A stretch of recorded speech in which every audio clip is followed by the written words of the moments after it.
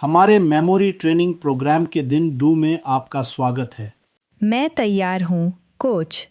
कल मैंने अपना पहला मेमोरी पैलेस बनाया और उसका 2 बार अभ्यास किया। बहुत बढ़िया। आज हम उसी नींव पर आगे बढ़ेंगे। आज के सेशन के अंत तक आपके पास जानकारी को संभालने के लिए 2 अतिरिक्त उपकरण होंगे, खासकर सीक्वेंस, क्रम, प्रक्रियाओं, फॉर्मूलों, परिभाषाओं और तथ्यों की सूचियों के लिए। वे उपकरण क्या हैं? चेन मेथड और स्टोरी मेथड। और सेशन में बाद में हम स्पीड रीडिंग पर काम करना शुरू करेंगे। तो आज ज़्यादा जानकारी याद रखने और उसे तेज़ी से पढ़ने के बारे में है। बिल्कुल सही। लेकिन एक ज़रूरी सिद्धांत याद रखिए, समझ के बिना गति, स्पीड का कोई फायदा नहीं है। तो मुझे जितना हो सके उतनी तेज़ी से पढ़ने की कोशिश नहीं करनी चाहिए। सही कहा। हमारा लक्ष्य है समझ को बनाए रखते हुए पढ़ने की गति बढ़ाना। आज की पहली गतिविधि क्या है? हम एक रिकॉल चेक, याद परीक्षण से शुरू करते हैं। क्या मुझे अपने नोट्स देखने की इजाज़त होगी? नहीं। सच में? सच में। मैं छात्रों को बिना बताए अचानक पूछूंगा और उनसे दिन 1 के मेमोरी पैलेस में रखी हुई चीज़ों को याद करने के लिए कहूंगा। अगर मैं कुछ भूल जाऊं तो हमें एक उपयोगी बात पता चलेगी। अभ्यास के दौरान भूलना, परीक्षा के दौरान समस्या का पता चलने से कहीं बेहतर है। तो आप अचानक मुझसे पूछ सकते हैं, स्टेशन 7 पर क्या था? बिल्कुल सही। और मुझे बिना देखे उसे याद करना होगा। हाँ, मैं आपसे पूरे क्रम को आगे या पीछे याद करने के लिए भी कह सकता हूँ। इससे तो साफ पता चल जाएगा कि मैंने वाकई अभ्यास किया था या नहीं। बिल्कुल सही। यह आपको पकड़ने के बारे में नहीं है, यह आपकी रिट्रीवल क्षमता को मजबूत करने के बारे में है। रिकॉल चेक के बाद क्या होता है? फिर हम चेन मेथड सीखते हैं। चेन मेथड कैसे काम करता है? मान लीजिए आपको याद रखने के लिए 10 चीज़ों का एक क्रम है। हर चीज़ को अलग अलग याद करने के बजाय आप आइटम 1 को आइटम 2 से, आइटम 2 को आइटम 3 से, आइटम 3 को आइटम 4 से इसी तरह जोड़ते हैं। जंजीर की कड़ियों की तरह। बिल्कुल सही। लेकिन हम साधारण जुड़ाव नहीं बनाते। हम चित्रों का एक निरंतर, हास्यास्पद, क्रिया से भरा क्रम बनाते हैं। क्या आप मुझे एक उदाहरण दे सकते हैं? मान लीजिए आपको याद रखना है सेब, किताब, हाथी, साइकिल और चांद। ठीक है। कल्पना कीजिए एक विशाल सेब सड़क पर लुढ़कता हुआ आता है और एक विशाल किताब से टकराता है। फिर क्या होता है?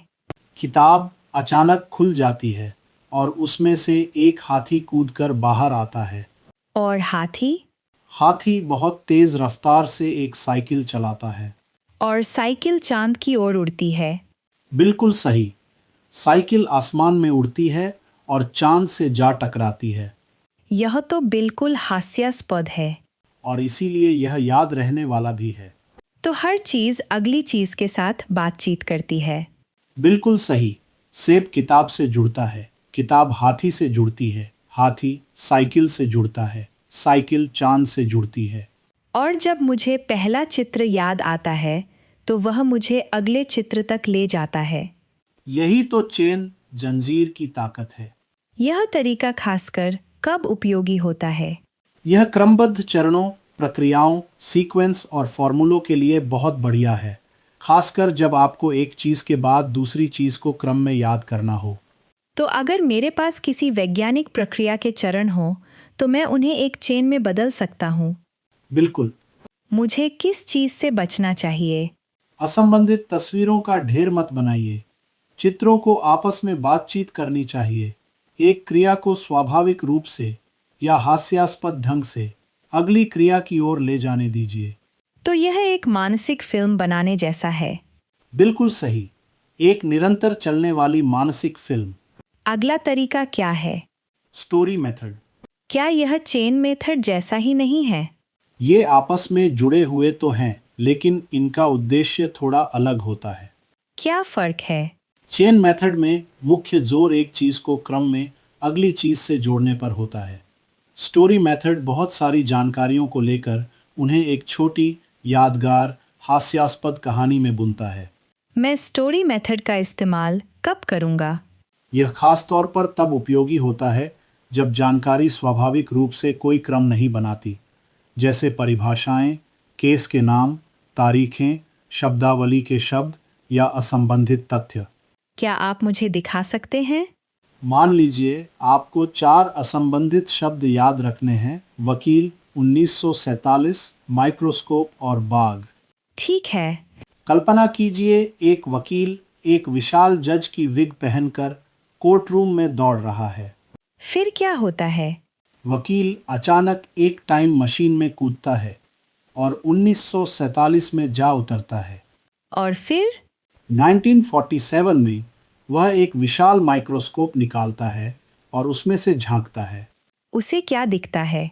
माइक्रोस्कोप के अंदर एक छोटा सा बाघ दहाड़ रहा है। यह तो अजीब कहानी है। बिल्कुल सही। लेकिन देखिए क्या हुआ। हमने 4 असंबंधित जानकारियों को लेकर उन्हें एक जुड़ी हुई मानसिक कहानी में बदल दिया। तो मुझे 4 अलग-अलग तथ्यों को याद नहीं करना पड़ता। सही कहा। आपका दिमाग कहानी को याद रखता है और वह कहानी आपको तथ्यों को वापस याद करने के सुराग देती है। क्या कहानी मज़ेदार हो सकती है? बिल्कुल। क्या यह असंभव हो सकती है? जरूर। क्या मैं पात्रों को विशाल और रंगीन बना सकता हूँ? हाँ। क्या चीज़ें फट सकती हैं, उड़ सकती हैं या नाच सकती हैं? बिल्कुल। क्यों? क्योंकि असामान्य, अतिशयोक्तिपूर्ण और भावनात्मक रूप से जुड़ने वाले चित्र साधारण चित्रों की तुलना में ज्यादा ध्यान खींचते हैं। तो मूल सिद्धांत वही रहता है, मानसिक अनुभव को यादगार बनाना। बिल्कुल सही। मैं चेन और स्टोरी के बीच कैसे तय करूं? खुद से एक सवाल पूछिए, क्या यह जानकारी स्वाभाविक रूप से क्रमबद्ध, सीक्वेंशियल है? अगर हाँ, तो चेन का इस्तेमाल करूं। सही कहा। अगर जानकारी असंबंधित तथ्यों का संग्रह है, तो स्टोरी का इस्तेमाल करूं। बिल्कुल सही। तो प्रक्रियाएं और क्रमबद्ध चरण, चेन मेथड। हाँ। परिभाषाएं, नाम, तारीखें और शब्दावली, स्टोरी मेथड। बहुत बढ़िया। क्या मैं दोनों तरीकों को एक साथ इस्तेमाल कर सकता हूं? बिल्कुल। मेमोरी तकनीकें उपकरण हैं, कठोर नियम नहीं। आप वह तकनीक चुनिए जो सामग्री के अनुसार सही बैठे। और इन तरीकों के बाद हम स्पीड रीडिंग की ओर बढ़ते हैं। हाँ, लेकिन उससे पहले मैं चाहता हूं कि आप एक ज़रूरी बात समझें। वह क्या है? मेमोरी और पढ़ना आपस में जुड़े हुए हैं। अगर आप धीरे पढ़ते हैं क्योंकि आपकी आंखें बार बार पीछे जाती हैं या क्योंकि आप हर शब्द को मन ही मन बोलते हैं, तो हो सकता है कि आप जानकारी प्रोसेस करने में बहुत समय लगा रहे हों। तो हमें अपने पढ़ने के तरीके को बेहतर बनाने की ज़रूरत है। बिल्कुल सही। लेकिन हम सिर्फ ज़्यादा शब्द प्रति मिनट की गिनती बढ़ाने के लिए कभी भी समझ की कुर्बानी नहीं देंगे। क्योंकि बिना समझे तेज पढ़ना सिर्फ तेजी से देखना भर है। बिल्कुल सही कहा। मैं अगले हिस्से के लिए तैयार हूँ। बहुत बढ़िया। सबसे पहले चलिए आपकी दिन 1 की याददाश्त परखते हैं। कोई नोट्स नहीं, कोई संकेत नहीं, बस आंखें बंद कीजिए और अपने पैलेस से गुजरिए।